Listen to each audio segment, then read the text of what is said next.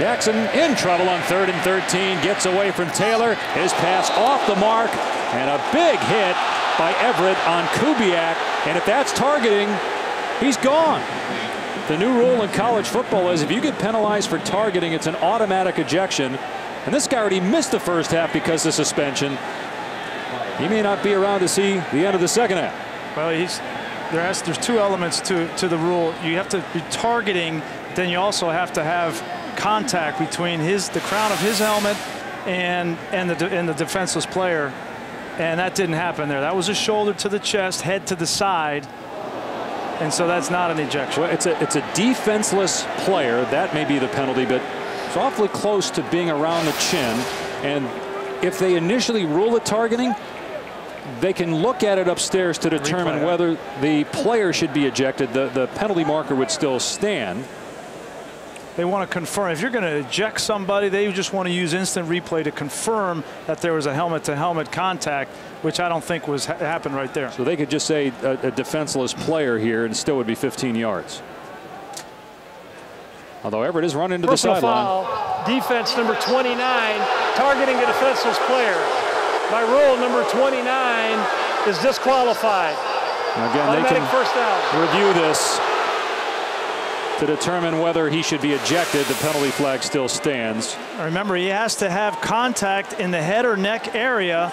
And right there, he hits him in the chest. But didn't he lower his head and launch? Well, hitting him with the crown. This is the new rule. It's going to be the most controversial rule in college football this year. And there's so much gray area here. But the rule, as it was stated, was contact in the head or neck area. Or with the head. Leading with the crown. Head, yes. Again, they're looking at it right now. And officials are going to watch for, is the defender sizing up the guy? Is he crouching, ready to leap and attack? That was a part of the decision to throw the flag initially, the targeting. That's what those crouching and target, that's the first flag. Right now, they're just going to see if he hit his head. The head coach has called timeout to challenge the call of targeting on the field.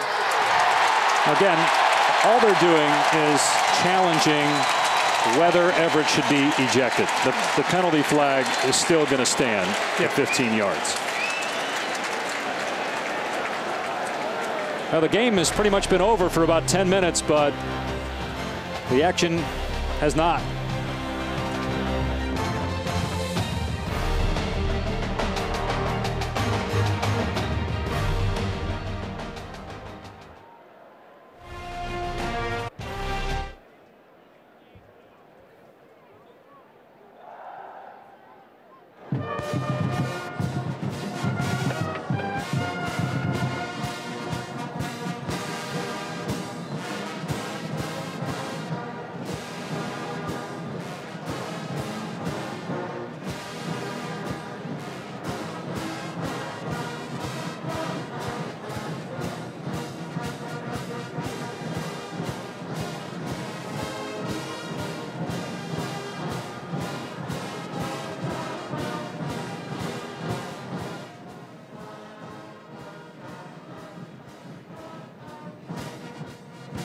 Yard penalty, still first down. I've got to defend Deshazor Everett. He's got to hit the guy, and I think there's no malicious intent there. He's a defenseless receiver just because the ball was thrown high, and he's got to hit him. And I think he did his best to hit him in the chest with his shoulder. And I think early in the season, especially, officials are going to err on the side of caution. It's an unfortunate development for Deshazor Everett. And on the run, Jackson throws it out of bounds. It's a judgment call. And even if they can say, okay, he's not ejected, you can't take away the penalty because it's a judgment call made by the officials on a bang-bang play. And that's the same rule as it was a year ago. Everybody needs to understand it's the same rule. They just now have added an element of replay to confirm if you're going to give the official the opportunity to eject somebody, they want to make sure that there's been contact in the head or neck area, and that's why they use replay.